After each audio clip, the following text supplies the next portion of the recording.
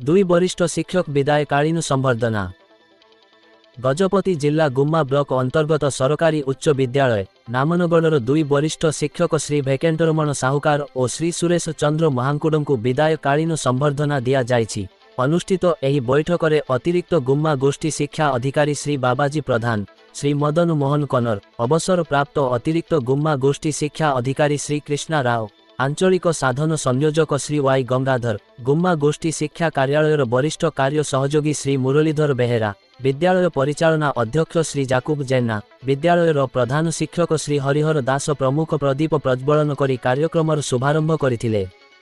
ଏହି ଅବସରରେ ଅବସରପ୍ରାପ୍ତ ଦୁଇ ଶିକ୍ଷକଙ୍କୁ ଉପଢୌକନ, ମାନପତ୍ର, ପୁଷ୍ପଗୁଚ୍ଛ ଓ ଉପହାର ଦେଇ ଭବ୍ୟ ସମ୍ମାନ କରାଯାଇଥିଲା। ଉକ୍ତ କାର୍ଯ୍ୟକ୍ରମରେ ବିଦ୍ୟାଳୟର ସମସ୍ତ ଶିକ୍ଷକ ଶିକ୍ଷୟିତ୍ରୀ ଓ ଛାତ୍ରଛାତ୍ରୀମାନେ ଉପସ୍ଥିତ ଥିଲେ।